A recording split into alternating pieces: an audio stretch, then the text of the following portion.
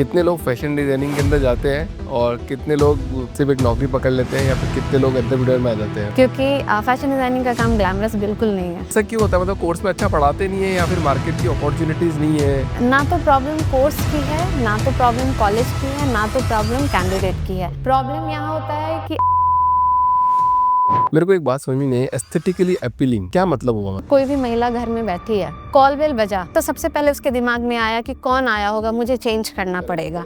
अगर वो कपड़ा एस्थेटिकली अपीलिंग होता तो वो कभी नहीं सोचती, वो कॉन्फिडेंटली जाके दरवाजा खोलती। क्या फर्क पड़ेगा किसी ने अगर कॉटन पहना है और किसी ने पॉलीमिक्स पहना है? मैं पिछले 1 साल से ट्राई कर रही हूँ। मैं बहुत सारे डिस्ट्रीब्यूटर से मिली, रिटेलर्स से मिली। सबका यही कहना है कि ये कपड़ा तो कोई खरीदेगा ही नहीं, कॉटन है। कॉटन तो लोगों को अब चाहिए ही नहीं। नाइट वेयर जो है वो बस सोने के लिए बनता है। क्या आप सोने से पहले ही अपना नाइट वेयर पहनते हैं या घर जाते के साथ आप अपना नाइट वेयर में आ जाते हैं, चेंज कर लेते हैं? कि एंटरप्रेन्योरशिप जो है वो दूर से देख के बहुत ग्लैमरस लगता है, लेकिन जब आप एंटरप्रेन्योर बनने का डिसीजन लेते हो तो आपका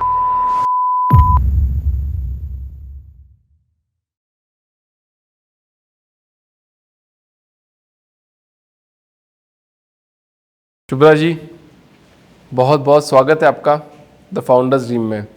thank you for inviting us. कैसे हैं मैम? बहुत अच्छे। कैसी चल रही लाइफ? अच्छी चल रही है।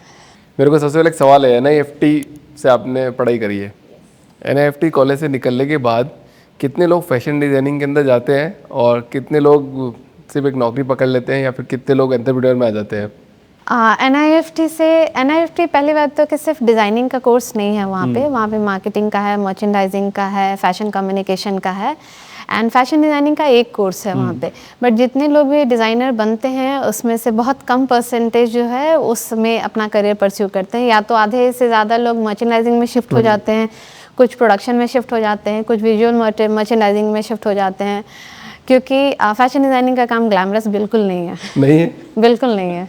क्यों, ऐसा क्यों होता है? मतलब कोर्स में अच्छा पढ़ाते नहीं है या फिर मार्केट की अपॉर्चुनिटीज नहीं है फैशन डिजाइनिंग के अंदर? ना तो प्रॉब्लम कोर्स की है, ना तो प्रॉब्लम कॉलेज की है, ना तो प्रॉब्लम कैंडिडेट की है। अच्छा। प्रॉब्लम यहाँ होता है कि अगर कोई लड़की या लड़का अच्छे से ड्रेसअप होता है बचपन से ही, तो माँ बाप को या उसको खुद को लगने लगता है कि मैं तो फैशन डिज़ाइनर बनूंगी। अच्छा। बट फैशन डिज़ाइनर का काम सिर्फ अच्छे से ड्रेसअप होके मेकअप करके प्रेजेंटेबल लुक दिखना नहीं होता, पहली चीज़। दूसरी चीज़, अगर कोई ड्राइंग या पेंटिंग अच्छा करता है तो पेरेंट्स को या उस बच्चे को भी लगने लगता है कि मैं तो डिज़ाइनर बन जाऊंगा, it's easy to crack NIFT. On the contrary it's completely different. जब अगर आप कंपेयर करते हैं फैशन डिज़ाइनिंग के कोर्स का जो 4 साल का होता है नेफ्ट में और बाकी कोर्स का, मुझे याद नहीं कि मैं 4 साल में रात को कितने दिन सोई थी। हमारा जो कोर्स करिकुलम है वो इतना इंटेंसिव है। You have to make hundreds of sketches in the night because they are training ourselves. हमारे इतने बैक टू बैक प्रेजेंटेशन होते हैं। कई बार तो ऐसा होता था कि हम लोग लैब में फ्लोर पे सो जाते थे। हमारे टाइम की बात कर रही हूँ। और जब हम कोर्स करके निकलते हैं और जब इंडस्ट्री में आते हैं तब दिखता है कि वहाँ पे रैंप वर्क जैसा, फोटोशूट जैसा काम जो है वो तो 1% का भी नहीं है। It's a labour intensive job. You have to be on the manufacturing unit floor. आपको कारीगर के साथ बैठ के काम करना है, आपको टेलर्स के साथ बैठ के काम करना है, आपको पैटर्न मेकर के साथ बैठ के काम करना है। एट द सेम टाइम आपको प्रेजेंटेशन बनाना है, आपको प्रेजेंटेशन देना है।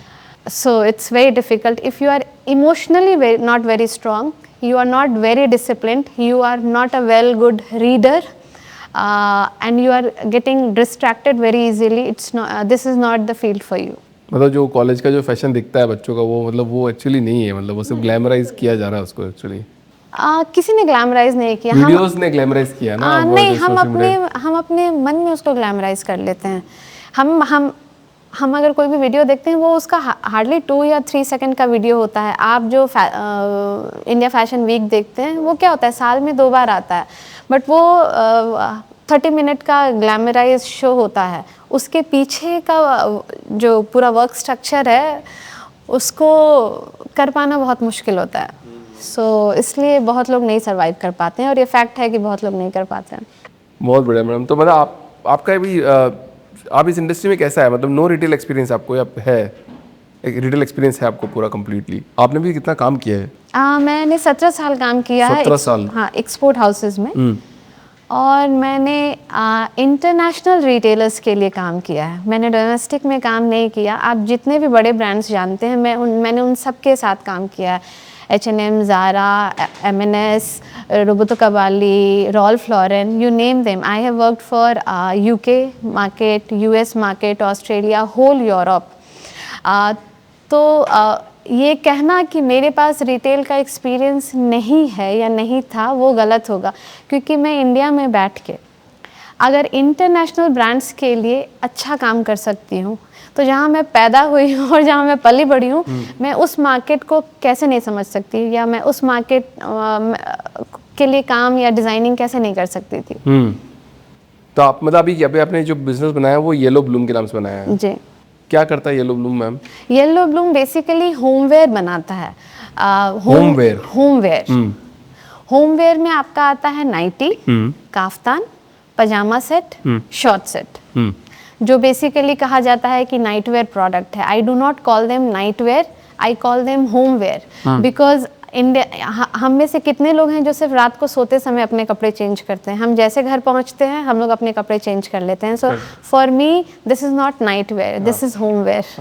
हाँ, और येलो ब्लूम जो है वो 100% कॉटन फैब्रिक यूज़ करता है, साउथ बेल्ट का। और हम लोग इन हाउस प्रिंट बनाते हैं, हमारा अपना प्रिंट होता है। हम कोई वाइट लेबलिंग नहीं करते हैं, ना तो हम किसी स्टॉकिस्ट से कपड़ा लेते हैं, ना हम किसी से बने बनाए कपड़े उठा के और अपने लेबल डालते हैं। हम सब कुछ ज़ीरो से शुरू करते हैं। और इसलिए बेसिकली हम लोग नाइटी, पजामा सेट और काफ्तान सेट बनाते हैं। और आपने शायद, मैंने सुना है 2 लाख रुपए की नाइटी खरीद के कुछ रिसर्च करी, क्या रिसर्च करी, आपको क्या चीज़ मिली उसमें और आपने क्यों करा ऐसा काम? जब मैं सोच रही थी कि मुझे इस कैटेगरी में अपना बिजनेस शुरू करना है, तो किसी भी काम को करने से पहले एज अ पर्सन मैं बहुत रिसर्च करती हूँ, पढ़ती हूँ, कंज्यूमर साइकोलॉजी समझने की कोशिश करती हूँ, क्योंकि तब तक मुझे लेबल कर दिया गया था कि तुम्हारे पास रिटेल एक्सपीरियंस नहीं है। ऐसा बोला आपको, रिटेल एक्सपीरियंस नहीं है? हाँ, तो अगर मैं इंडिया में बैठ के हरलो रोड में या बैंगलोर में बैठ के यूके के लिए बना सकती हूँ, तो मैं बैंगलोर में बैठ के इंडिया के किसी भी सेगमेंट के लिए कपड़े क्यों नहीं बना सकती। तो इसलिए सबसे पहला काम मैंने किया, मैंने 2 लाख की नाइटी, पजामा सेट, शॉर्ट सेट, इंडिया में जितने भी ब्रांड ऑनलाइन या ऑफलाइन एग्जिस्ट करते हैं मैंने सबका प्रोडक्ट खरीदा, रिसर्च के लिए, मेजरमेंट एनालिसिस के लिए, फैब्रिक एनालिसिस के लिए। और मुझे एक ही चीज़ समझ में आई, first specifically I will talk about nighty. None of the nighty was aesthetically appealing. There was hardly any nighty which was aesthetically appealing, first thing. Second thing, what was missing was nobody was selling 100% cotton. Everybody, most of them was selling either cotton nylon mix और cotton poly mix, जो एक normal customer को या consumer को अब नहीं पहचान पाएगा कि इसमें मिक्स है। तो वो एक मिसिंग पॉइंट था। थर्ड, मैंने नाइटी के कैटेगरी में देखा कि सारी नाइटियाँ ट्रांसपेरेंट हैं, तो मुझे ये समझ में ही नहीं आया कि किसी भी वुमेन के लिए आप गारमेंट बना रहे हो तो उसको नाइटी पहनने के बाद एक एक्स्ट्रा लेयर ऑफ स्कर्ट या पेटीकोट जिसको हम कहते हैं वो क्यों पहनना है। और आप देखेंगे कि हर वो महिला जो नाइटी पहनती है वो एक पेटीकोट ज़रूर पहनती है। तो मुझे ये समझ में नहीं आया कि नाइटी हम पहनते हैं कंफर्ट के लिए, और कंफर्ट ही मिसिंग है पूरे प्रोडक्ट कैटेगरी में। हाँ, और जब मैंने पजामा सेट पे देखा तो पजामा सेट पे भी मैंने वही देखा कि there hardly any brand who are selling 100% cotton पजामा सेट। तो ये बहुत बड़ा गैप था। और तीसरा था measurement issue.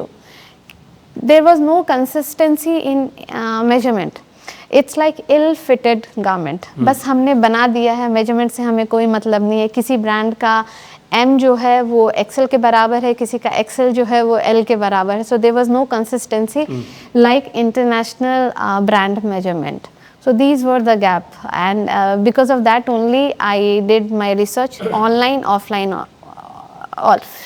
I bought garments online also, and I went to tier 1 city, tier 2 city, tier 3 city, and bought so many nighties and pajama set offline also, just to understand कि कितने पैसे का product बिकेगा, कौन सा product बिकेगा और क्या मार्केट में अवेलेबल है और क्या गैप है।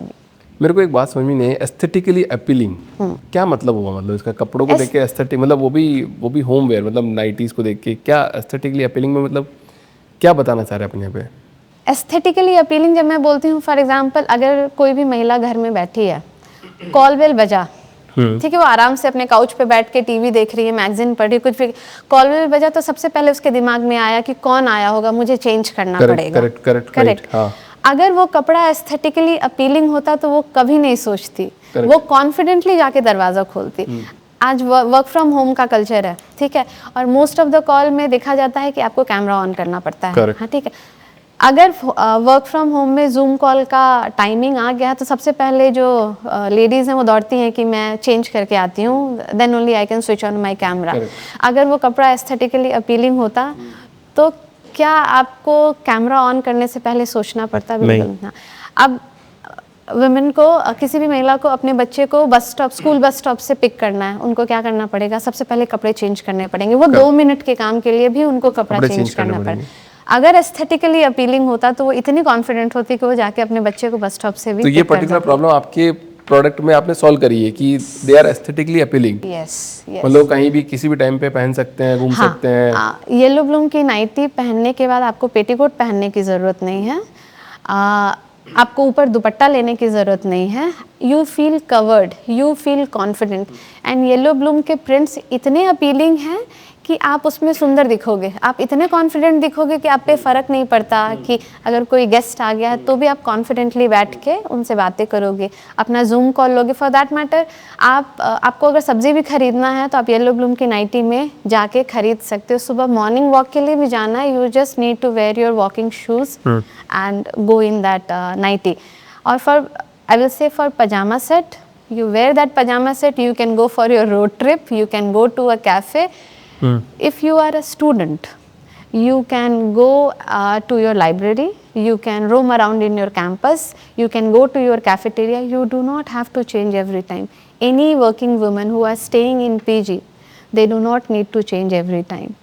And a women who are not wearing nightie at home, they are wearing pajama set, they can take their Zoom call, they can go and pick up their kids, they can go for grocery shopping, and they can attend their guests. So we are solving all the purpose. ठीक है, cotton पे आते हैं। Cotton और आपने बोला पॉलीमिक्स and nylon. ठीक है, तो क्या फ़र्क पड़ेगा किसी ने अगर कॉटन पहना है और किसी ने पॉलीमिक्स पहना है? उसकी कोई हेल्थ पे फ़र्क पड़ रहा है या फिर बॉडी में स्वेटिंग आ रही है, उससे कुछ फ़र्क पड़ता है कि मतलब किसी ने कॉटन पहना है? क्योंकि कॉटन के कपड़े तो आजकल मिलना थोड़ा बंद ही हो गए एक तरह से देखा जाए तो क्या फ़र्क पड़ेगा? हाँ, बहुत फ़र्क पड़ता है। जैसे कोई भी लेडीज़ का बहुत एक चंक ऑफ टाइम जो है ना वो किचन में जाता है विदाउट फेल। जाएगा ही जाएगा, बिल्कुल जाएगा। अगर आप बताइए, अगर आपने पॉली के कपड़े पहने हैं और आप अगर स्टोव के बहुत क्लोज हैं तो अपने आप कपड़ा सिकुड़ने लगता है।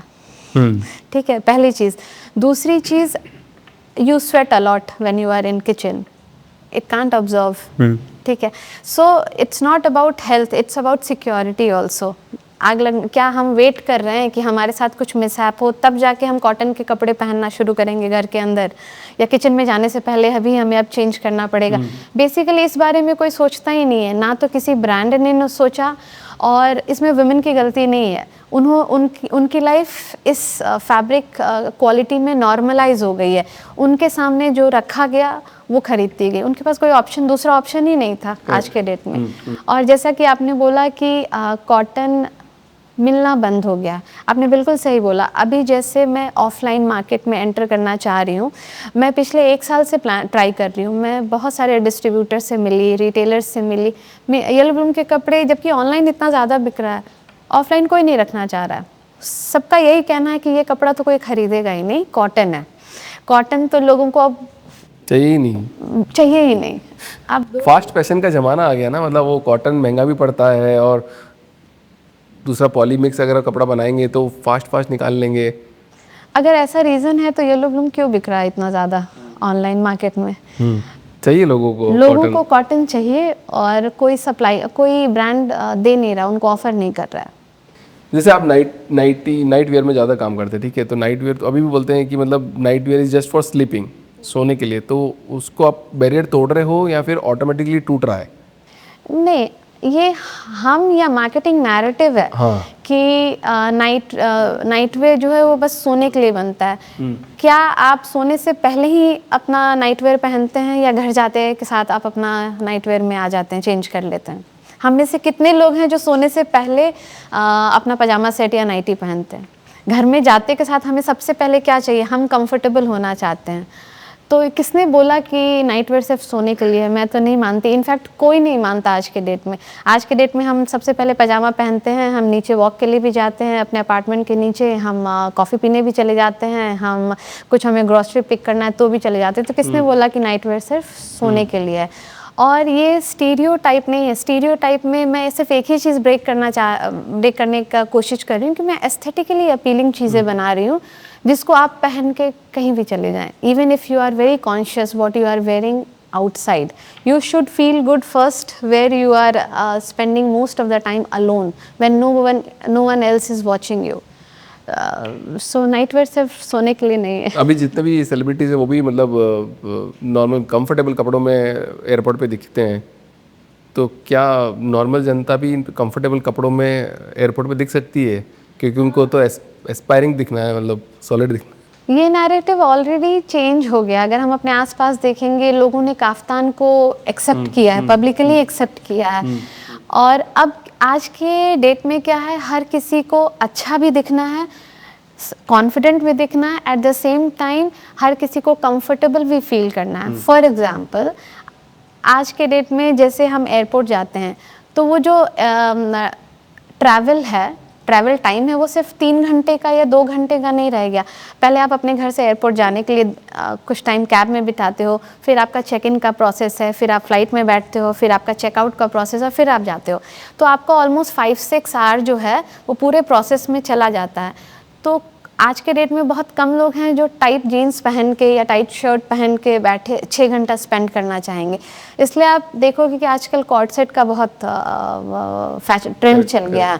लोग वैसे कपड़े पहन के जाते हैं। जीन्स में अब आपको बहुत कम लोग दिखेंगे। बट आपकी जैसे नाइटी 2000-3000 रुपये की है, बहुत महंगी नहीं है। कपड़े महंगे नहीं हैं। आपको किस वुमेन ने बोला कि हमें सस्ते कपड़े चाहिए? मिंत्रा बोलता ना, मिंत्रा आजियो पे आप देखोगे 1500 रुपये, 1200-1500 रुपये वाला ज़्यादा सामान बिकता है। मैं भी मिंत्रा पे बेचती हूँ, मैं भी अमेज़ॉन पे बेचती हूँ, मैं भी येलो ब्लूम पे बेचती हूँ और ये बिक रहा है उन पे। ये सारे मार्केट नैरेटिव है, first thing. Second thing, yellow Bloom जो है वो मास मार्केट को टारगेट नहीं करता है। करेक्ट, ठीक है। येलो ब्लूम के जो कस्टमर हैं वो बहुत स्मार्ट, बहुत इंटेलिजेंट है, बहुत एक्सपोज्ड है इंटरनेशनल प्रोडक्ट के लिए। वो पूरे वर्ल्ड को ट्रैवल करते हैं, वो सोशल मीडिया पे प्रेजेंस है, उनको अपना अच्छा बुरा पता है। अगर वो येलो ब्लूम खरीदते हैं तो उनको एग्जैक्टली पता है कि ये प्रिंट जो मुझे मिला है उसके पीछे कॉस्ट इन्वॉल्व है। अगर मुझे येलो 100% कॉटन मिला है then also there is a cost involve, plus मुझे पेटीकोट नहीं पहनना पड़ रहा है, that means there is a cost involve. So Yellow Bloom का कस्टमर जो है वो बहुत इंटेलिजेंट है, बहुत स्मार्ट है, उसको येलो ब्लूम के प्राइस से कोई प्रॉब्लम नहीं है। इनफैक्ट येलो ब्लूम का जो सबसे कॉस्टली कैटेगरी है ब्लॉक प्रिंटेड नाइटी एंड पजामा सेट, वो हमारा आउट ऑफ स्टॉक सबसे पहले हो जाता है। हम बनाते हैं और वो आउट ऑफ स्टॉक हो जाता है और सबसे ज़्यादा बिक रहा है, इसलिए क्योंकि वो एस्थेटिकली अपीलिंग है, फर्स्ट थिंग। सेकंड थिंग, वो 100% कॉटन मिल रहा है, तो मेरे कस्टमर तो खरीद रहे हैं, उनको प्राइस पॉइंट 4000 करोड़ से भी ज़्यादा का मार्केट है नाइट वेयर का। स्टिल कोई एक हीरो ब्रांड नहीं है, मतलब एक जिसका नाम लिया जाए कि नाइट वेयर के अंदर है। क्यों? इसको मैं पहले ये बताना चाहूँगी कि मैंने येलो ब्लूम शुरू क्यों किया। फॉर एग्जांपल, अगर आप जीन्स पहनते हैं और आपने आज डिसाइड किया कि मुझे जीन्स खरीदना है, 3-4 ब्रांड सबसे पहले आपके दिमाग में आ जाएगा कि मैं यहाँ जाके चेक करता हूँ, इस ब्रांड को चेक करता हूँ।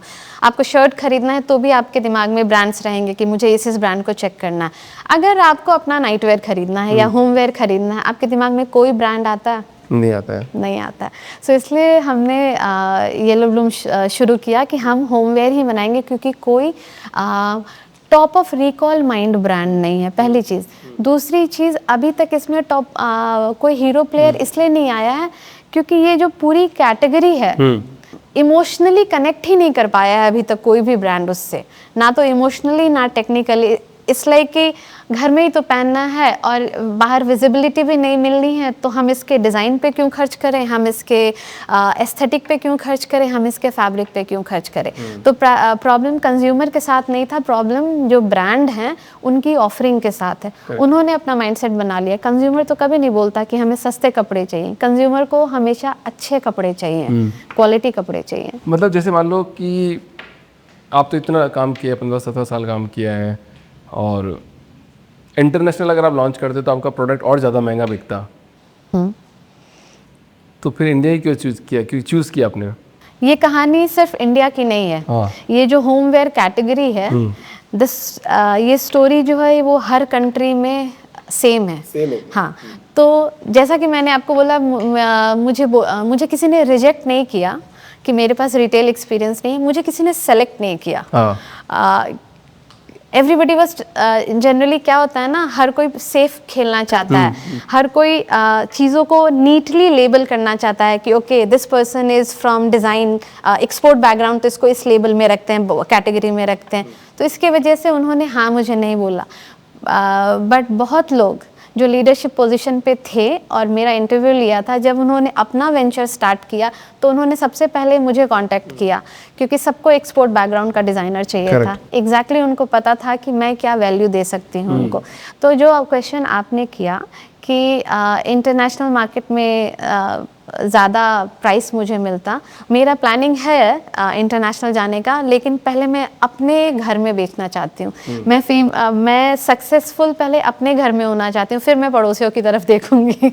तो पहले मैं इंडिया को टारगेट करना चाहती हूँ। तो आज के टाइम पे मतलब प्रोडक्ट में ब्रांडिंग ज़्यादा इंपॉर्टेंट है, प्रोडक्ट की क्वालिटी ज़्यादा इंपॉर्टेंट है? आप दोनों को अलग अलग नहीं कर सकते। ब्रांडिंग या एडवर्टीजमेंट देख के आप पहली बार कस्टमर को तो लाओगे, जो कि बहुत इंपॉर्टेंट है, लेकिन वो कस्टमर दोबारा आपके प्रोडक्ट खरीदे, उसके लिए प्रोडक्ट क्वालिटी मैटर करती है। तो दोनों को सेग्रीगेट नहीं कर सकते हम आज के डेट में। जैसे मेरी बात करूँ, जैसे मान लो नॉर्मल, मतलब पहले मैं तो कुछ जैसे ब्रांड में जाता था, खरीदता था, बट आजकल मेरे को ऐसा लग रहा है कि मैंने जीन्स सर्च करी, ठीक है, आपने बोला ब्रांड का, तो आजकल जो मेरा पैटर्न है, जो मैं लोगों का भी पैटर्न देख रहा हूँ, मेरा पैटर्न, अच्छा कोई नया ऐड आया क्या किसी ब्रांड का, अच्छा इसकी जीन्स ट्राई कर लेते हैं आज, ठीक, एक मंगा ली, बढ़िया लगी, कोई बात नहीं, चलो अब सेकंड मंगानी है, तो उसकी नहीं मंगाई है, अब कोई नया ब्रांड का कोई नया ऐड आएगा, फिर उससे मंगाएंगे। मतलब ब्रांड्स अभी इतने हैं मार्केट में कि भैया कि आप कुछ रोज नया एक्सप्लोर कर सकते हो, नया फैब्रिक एक्सप्लोर कर सकते हो, नया पैटर्न एक्सप्लोर कर सकते हो। अब जैसे मैं येलो ब्लूम की भी बात भी करूँ, तो आपके साथ भी कोई कॉम्पिटिटर कोई तो होगा, तो 5, 10, 15, 20 लोग, 25, तो लोग नए पे ज़्यादा, जैसे आप एक नए प्लेयर आए हो तो नए पे ज़्यादा जाना प्रेफर कर रहे हैं रादर देन लॉयल्टी। तो कस्टमर आजकल लॉयल रहा नहीं है ना, बिकॉज मार्केट में इतने सारे ब्रांड आ गए, तो कैसे सर्वाइव करें? मेरा ऑब्जर्वेशन और मेरा येलो ब्लूम का जो डेटा है वो कम्प्लीटली डिफरेंट है। अगर मैं अपनी भी बात करूं, जैसे आपकी बात करती हूँ, जैसे आपने मुझे बोला कि मैं भी नए जीन्स ट्राई करता हूँ, आप दोबारा उसी ब्रांड के जीन्स को खरीदेंगे जिसमें आप बहुत कंफर्टेबल फील करेंगे या आप अच्छा फील करेंगे, आप ज़रूर उस ब्रांड को दोबारा खरीदेंगे। बट नहीं हो रहा है सर आजकल। मेरे पास more than 38% of customer retention rate है मेरा येलो ब्लूम का। ठीक है, बट फिर भी कम हो गया मैडम, मतलब पहले 60% हुआ करता था। जैसे मैं थोड़ा ओल्ड स्कूल से आता हूँ, मतलब 2012 से मैंने स्टार्टअप्स को देखा है, मतलब जब से जस्ट डायल का ऑरा आया था मार्केट में, just dial was a very, Flipkart और जस्ट डायल तक, तो 60% लोग एक प्रोडक्ट पर टिकते थे, और आज आते आते आप 38 बोल रहे हो, 30% रह गया है। वो इसलिए भी होता है क्योंकि आप उस ब्रांड से इमोशनली कनेक्ट ही नहीं हो पाए। आपने प्रोडक्ट खरीद लिया बट आप इमोशनली कनेक्ट नहीं हो पाए। वो इसलिए क्योंकि आज के डेट में जितने भी ब्रांड हैं वो फोकस करते हैं वायरल ट्रेंड पे। अगर एक ट्रेंड चल गया है हम उसी को फॉलो करते हैं, लेकिन जो कस्टमर है वो ट्रेंड देख के एक बार तो खरीद लेगा, लेकिन आपके पास वो दोबारा तभी आएगा जब वो आपके ब्रांड से इमोशनली कनेक्ट हो पाया है, पहली चीज़। दूसरी चीज़, अगर वो ये चीज़ देखता है कि इस ब्रांड में कंसिस्टेंसी है, प्रोडक्ट में, डिज़ाइन में। अगर आप कंसिस्टेंसी नहीं है आपके ब्रांड में, तो वो कंज्यूमर आपके पास दोबारा कभी नहीं आएगा। इसलिए मैं फोकस करती हूँ कि येलो ब्लूम जो है वो ट्रेंड ड्रिवन ब्रांड ना बने, ये टाइमलेस ब्रांड बने कि और हम येलो ब्लूम में करते भी यही हैं, हम किसी भी मार्केटिंग नैरेटिव को फॉलो नहीं करते। फॉर एग्जाम्पल, मुझे हर किसी ने बोला कि ये प्रोडक्ट बहुत एक्सपेंसिव है, मैंने यही बोला कि मुझे एग्जैक्टली पता है मेरा कस्टमर कौन है, और मेरे कस्टमर हैं जो मुझे 20 मंथ्स हो गए हैं लॉन्च करते हुए, और 20 मंथ्स में मुझे पता है मेरे कितने कस्टमर हैं। कुछ तो एक बार में 8-10 प्रोडक्ट आके लेके चले जाते हैं, साल भर का उनका कोटा पूरा हो गया। कुछ है हर महीने खरीदते हैं, अगर उनकी रिक्वायरमेंट 7 होमवेयर प्रोडक्ट की है वो 7 खरीद लेंगे पूरे साल में, एक महीने करके, अगर उनको एक्सपेंसिव लगता है तो, नहीं तो एक साथ खरीदेंगे। तो हम लोग किसी भी ट्रेंड नैरेटिव को फॉलो नहीं कर रहे हैं। अभी आपको 1 साल हो गया ब्रांड को रन करते हुए कंप्लीट? 20 मंथ्स हो गए। एग्जैक्टली, या। क्या एक्सपीरियंस रहा, मतलब एज ए एंटरप्रेन्योर? हसल है या फिर ऑटोमेटिकली सामान बिक रहा है? नहीं, ऑटोमेटिकली तो कुछ भी नहीं होता है। आपको मेहनत करनी पड़ती है। सबसे बड़ी बात है, अगर आप अपने कस्टमर को, जिस कस्टमर सेगमेंट को आप टारगेट करना चाहते हैं, वो अगर आपका डिफाइन है तो आपको थोड़ा कम मेहनत करना पड़ता है। और येलो ब्लूम का customer segment is well defined. We exactly know who all are our customer. Only we are taking time to reach out to those customer. ये आपका सेकंड स्टार्टअप है क्या? मतलब आपने पहले भी एक स्टार्टअप स्टार्ट किया था? हाँ, जब मैं कॉलेज से पास आउट हुई थी तो मुझे मेरे पास मैंने कंपटीशन में पार्टिसिपेट किया था जब मैं कॉलेज में थी, Femina young designer contest award. So I got FDCI council membership, life time membership in an award. उस समय मुझे समझ में नहीं आया कि क्या है। बट जब मैं कॉलेज से पास आउट हुई तो they organise one international competition that is called world of wearable art competition. उसमें भी मैंने पार्टिसिपेट किया था while I was working, and I went to New Zealand to represent India from New Zealand government and FDCI। जब मैं वहाँ से वापस आई, चूँकि मेरे पास कोई ब्रांड नहीं था, तो वहाँ की चेयरपर्सन थी राठी विनय झा। उन्होंने एक नया सेगमेंट लाया, high five designer, like new designer को वो प्रमोट करना चाहती थी। तो उन्होंने मुझे वो अपॉर्चुनिटी दी कि तुम जाओ, तुम्हारे पास कोई ब्रांड नहीं है, फिर भी I want you to make a collection and showcase yourself. तो मैंने शो करना शुरू किया उस समय, और मेरे पहले शो से ही मुझे ऑर्डर्स मिले कुवैत से और स्पेन से, जैकेट्स के एंड अच्छे ड्रेसेस के। और मेरा बिज़नेस काफ़ी अच्छा चला। मैंने 6 सीज़न पार्टिसिपेट किया। उस समय मैं जॉब भी कर रही थी, साथ में जॉब करती थी। रात को मैं कलेक्शन बनाती थी या प्रोडक्शन बनवाने जाती थी। तो बहुत चूँकि मैं जॉब भी कर रही थी और ये काम भी कर रही थी, तो थोड़ा डिफ़िकल्ट था सब कुछ मैनेज करना। मैं ये भी इंजॉय कर रही थी, मुझे यहाँ भी प्रॉफिट बन रहा था, और मेरा जॉब भी बहुत अच्छा जा रहा था। I was getting global exposure, I was travelling across the globe, I was giving presentation. तो वहाँ पे मुझे चूज़ करना था कि अभी मुझे क्या करना है, इसलिए मुझे वो छोड़ना पड़ा। आज येलो ब्लूम को आपको एक लाइन में डिफाइन करना हो तो कैसे डिफाइन करेंगे? One stop solution for homeware for anybody and everybody. वैसे फीमेल एंटरप्रेन्योर बहुत कम आते हैं, और एज ए फीमेल एंटरप्रेन्योर आपको चैलेंज आ रहा है अभी कुछ, मतलब बिजनेस करने में? और क्या क्या चैलेंज आ रहे हैं, मतलब अगर आ रहे हैं तो?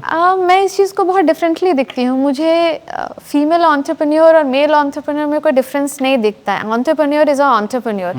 जो प्रॉब्लम एक मेल एंटरप्रेन्योर को आएगा, वही प्रॉब्लम एक फीमेल एंटरप्रेन्योर को। बट जैसे समाज का चैलेंज, घर वालों का चैलेंज, लोगों का एक्सेप्टेंस, आज के डेट में अगर हम एक्सेप्टेंस की बात करते हैं तो the problem will be in that person who is talking about I am a female entrepreneur so I have more problem. Sorry, I honestly I do not have any problem, I did not face any problem. अगर मेरे husband ने ये brand शुरू किया होता, शायद उनको जो चैलेंज आता वही मुझे आ रहा है। सो आई डोंट बिलीव और feel, neither I have experienced कि कुछ टिपिकली सिर्फ फीमेल को प्रॉब्लम आएगी इस किसी भी बिजनेस को स्टार्ट करने में। आपने जैसे 17 साल नौकरी करने के बाद में देन ये स्टार्टेड, आपने काम स्टार्ट किया, आपके बच्चों को क्या बोलना चाहोगे आप? मतलब कि वो पहले ही शुरू से एंटरप्रेन्योर बन जाए या फिर जॉब करके एंटरप्रेन्योर बनना ज़्यादा गुड है?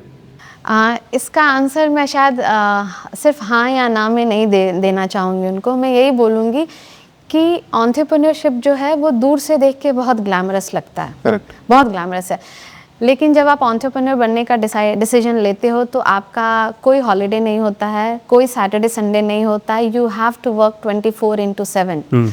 आप अगर एक प्रॉब्लम सॉल्व कर रहे हो तो 3 आपके पीछे खड़ा है कि आपको इसके बाद ये भी सॉल्व करना है।